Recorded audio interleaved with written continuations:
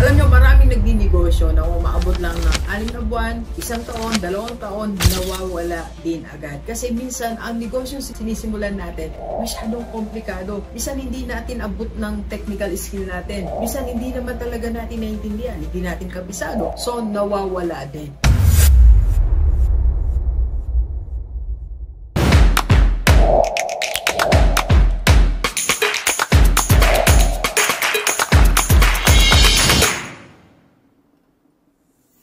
Okay, believers, pag-usapan natin, 13 simpleng negosyo pero tumatagal. So, bakit hindi natin subukang tumingin sa mga simpleng negosyo pero pangmatagalan dyan sa barangay nyo? Pag-usapan natin, unang-una, pwesto sa palengke. Nakita mo ba yung mga nagtitinda ng gulay, nagtitinda ng isda, nagtitinda ng damit sa loob ng palengke nyo? Di ba nandyan pa rin sila? Yung binibilang ko ng prutas, ilang taon na ako bumibili ng prutas, nandun pa din siya. Yung binibilan ko ng buko, nandun pa din siya. Umuunlad, nakakapagpaaral ng anak, nakakapagpagawa ng bahay. Simple, di ba? Pero pang matagalan. Bakit hindi natin subukan? Bakit nga ba tumatagal yung mga peso sa palengke? Kasi sure, everyday may income ka. Never nasisiro ang sino mang nagtitinda sa loob ng palengke. Pagbukas mo, nandyan na yan eh. Bumibili na yung mga tao. May cash flow. Umiikot ang pera sa palengke. Second, napaka-fix na expenses mo. So yung employees naman, hindi mo kailangang mag-hire ng mga mamahalin. Garments or uniform business. Diba, napapansin natin, paulit-ulit lang naman ang okasyon natin dito sa Pilipinas eh.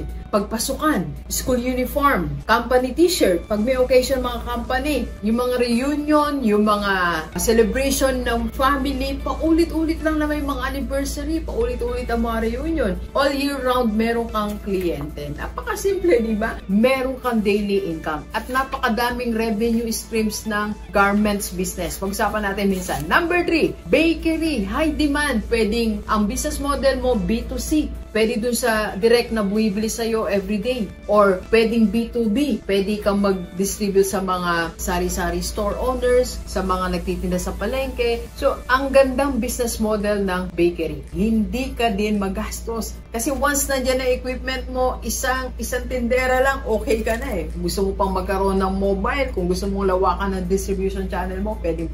Party needs rental. Simple lang. Nandyan lang sa garahe mo, nandyan sa isang space ng bahay nyo yung mga chairs, mga iba pang gamit na nire-rent, plato, baso, isang set. Hindi tayo nawawalan din ng kliyente sa party needs. Simple lang. And number 5, one product na masarap. Simple lang. Basta nakakita ka na o nakagawa ka ng isang menu, produkto na masarap, na consistent ang lasa. Tapos, tiyagain mo lang yan. Improve habang ginagawa mo siya. Kahit isa lang yan, magtatagal yan. Di ba like sinasabi, one product lang. So, pwede siyang home base, pwedeng by order, pwede kang may reseller. Next, piggery. Sa province, dami na po yung yumaman sa piggery. Consistent na sipag, consistent na tiyaga, consistent na monitor. Yes, gigising ka na maaga, babalik ka sa hapon. Meron po ako mga close friend na ganitong business dito sa Bataan. Nakapagpaaral na ng mga anak, may maayos na bahay, may sasakyan. Yun nga lang, syempre, kailangan babantayan nila yun. Binabantayan nila ng morning, binabantayan ng hapon. Eh, ganun naman may negosyo, binabantayan talaga natin, di ba? And gym. Sobrang madami din gym na matagumpay. Dito sa Bataan, merong gym na 2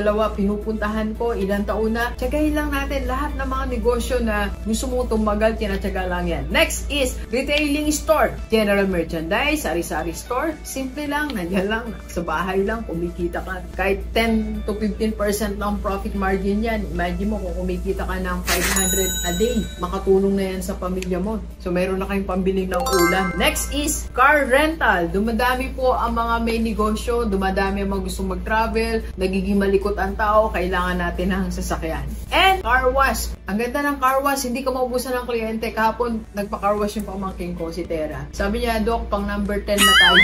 Imagine nyo po yun, that's only 9 AM. Ganun na kahaba ang pila sa sa car wash. Kasi yung client nyo po, they can afford. Kasi may sasakyan eh. When you have your car, pag may sasakyan ka, kaya mo magbayad ng pang car wash. So, ang ganda ng market. And motor parts, hindi yan nawawala. Simpleng-simple, pero pang matagalan. Kasi nga, hanggat may umaandar na sasakyan, may bibilin ba motor parts. And content creator. Simple lang, pero pang matagalan. I've been in this industry for 9 years na. Noon po, meron akong content creation na online course. So, meron akong estudyante, merong iba ngayon, karoon na sila ng channel nila, nakakagawa na sila ng mga vlogs nila. Pwede nating ulitin yun. Ito sa atin lahat, sino po dito yung gustong mag-enroll sa content creation? PM mo lang ako sa personal level ko. Yan po. And last, review center or tutorial center. Simpleng-simple lang yan, pero tumatagal yan. Again, tinatsaga lang yan. So, tsagain nyo lang ang tutorial center nyo. Meron kang tuwing vacation, tuwing may pasok, may client ka din. Or you want a review